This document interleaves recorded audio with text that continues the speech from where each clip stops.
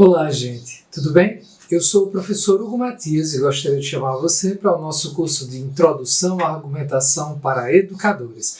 Vamos lá?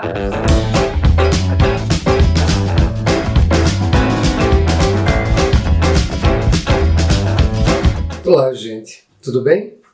Estamos aqui para mais uma aula do nosso curso de Introdução à Argumentação para Educadores e desta vez nós vamos falar sobre inferência e seus tipos, ok? Vamos lá?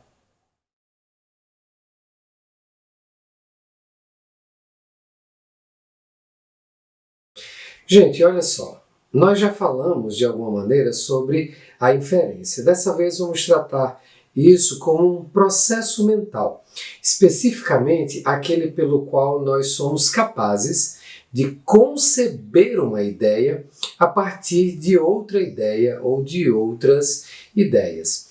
E existem, na verdade, diferentes tipos de inferência que nós pretendemos tratar. Falaremos de 3 tipos, basicamente: a inferência lógica, a inferência semântica e a inferência pragmática.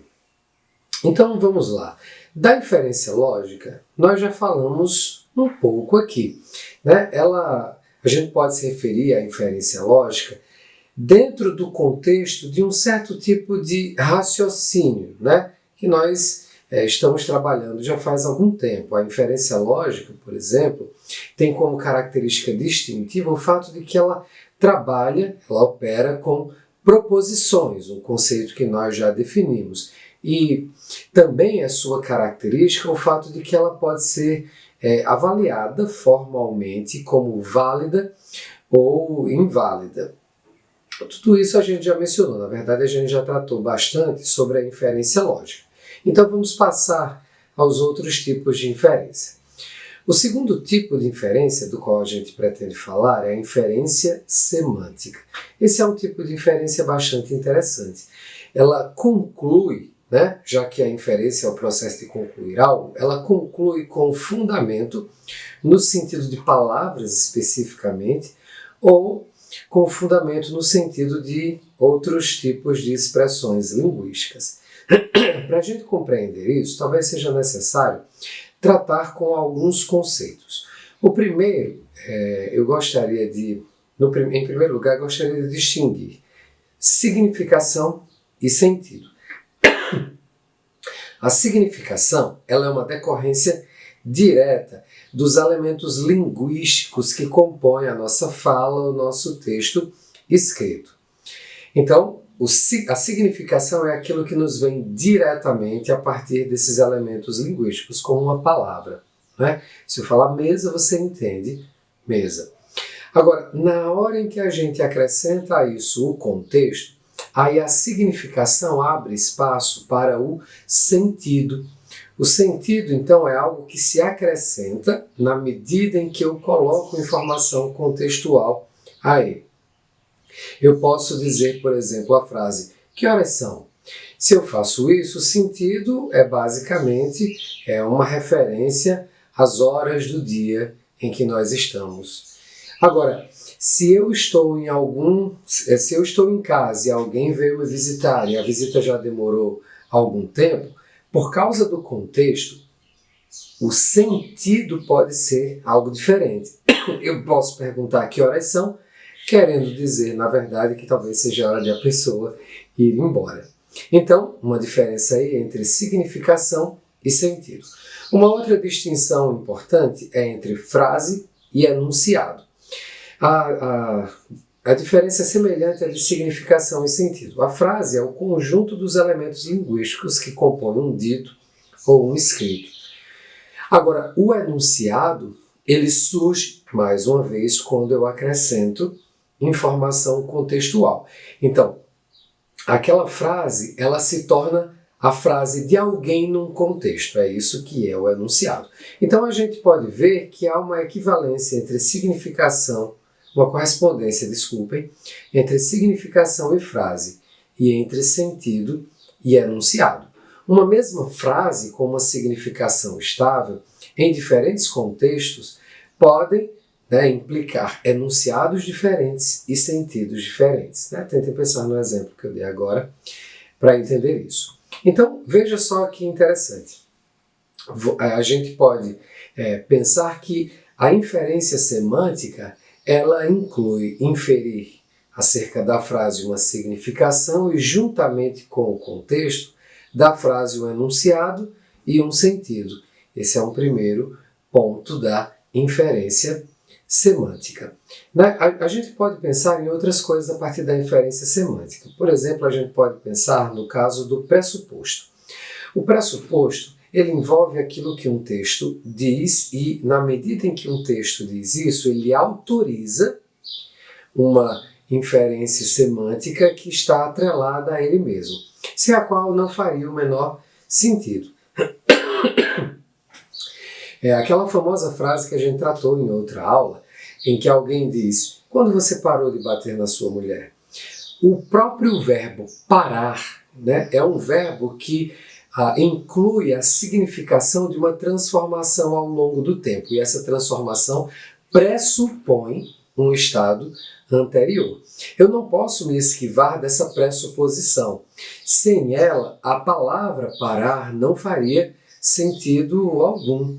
Então, durante um processo de fala numa situação argumentativa, aquilo que se pressupõe do que uma pessoa disse é um fato e não pode ser negado. Por isso, o pressuposto está envolvido naquilo que a gente já chamou de compromissos argumentativos, e essa é uma importância, é um dos elementos de importância desse tipo de inferência, a inferência semântica, especificamente do pressuposto. Tem um outro caso interessante, que é o caso do subentendido. O subentendido, ele é um sentido, portanto depende de informação contextual, que a gente pode depreender do dito. E como ele depende do contexto, ele é mais fluido, é menos estável do que o pressuposto. Portanto, ele tem uma ligação um pouco mais fraca com o dito e um pouco mais forte com elementos como o conhecimento prévio do ouvinte, né, a situação em que os interlocutores estão interagindo, de maneira que o subentendido ele não é tão fortemente ligado aos compromissos argumentativos, como nós já mencionamos, sendo que esse é o caso do pressuposto. Então, considere o seguinte exemplo. Se alguém escreve num texto jornalístico: esse político é mesmo um administrador muito competente.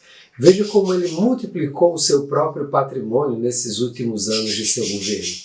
Então, a depender do contexto, eu posso ter aí subentendida uma crítica a esse político. Talvez uma crítica de que ele seja corrupto. Para entender isso, eu teria que supor que se trata aí de uma ironia. E para supor, né, para entender, para subentender esse sentido, né, a partir da ironia, eu teria de ter informações sobre o político, sobre o jornalista que escreveu e uma série de outras informações. Então, esse é o caso do subentendido. Nós ainda temos, então, a inferência pragmática. Né? A inferência pragmática, ela também é um processo de tirar conclusões, mas o fundamento dessas conclusões são os princípios da conversação. Nós já falamos sobre o fato de que, em regra geral, nas situações argumentativas, a gente precisa minimamente cooperar para que o diálogo de fato se estabeleça.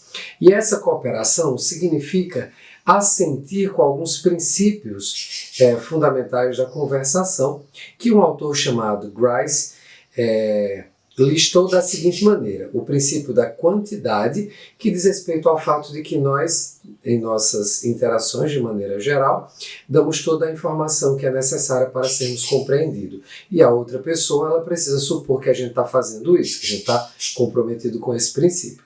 Um outro é o da qualidade. A gente precisa sempre supor que os nossos interlocutores falam a verdade conosco. Em terceiro lugar, o da relação, o que significa que o que nós falamos precisa ser pertinente àquilo que está sendo conversado, né? Tem que ser uma contribuição relevante.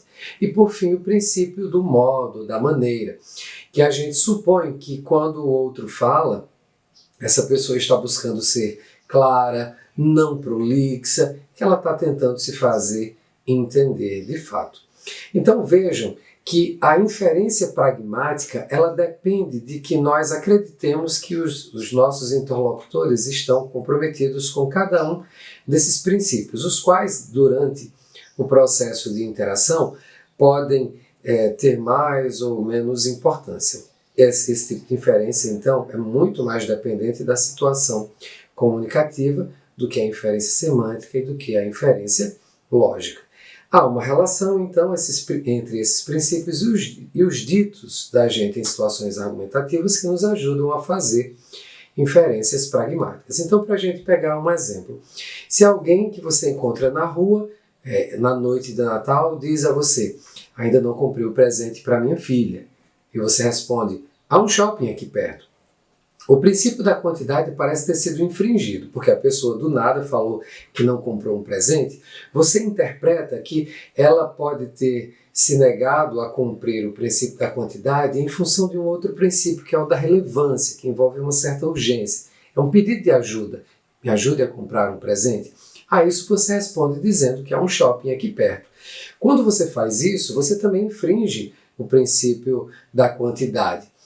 Porque o seu interlocutor pode supor que o shopping está aberto, mas em função da urgência, da necessidade de rapidez, você não precisa chegar a esse detalhe. Então, o contexto nos ajuda a fazer julgamentos, inferências sobre o significado de algo. Então, gente, vejam só como são importantes aí essas formas de inferência para as situações comunicativas em que nós frequentemente nos encontramos. Eu espero que tenham entendido, que tenham gostado. Não esqueçam de deixar o like. Valeu, até mais.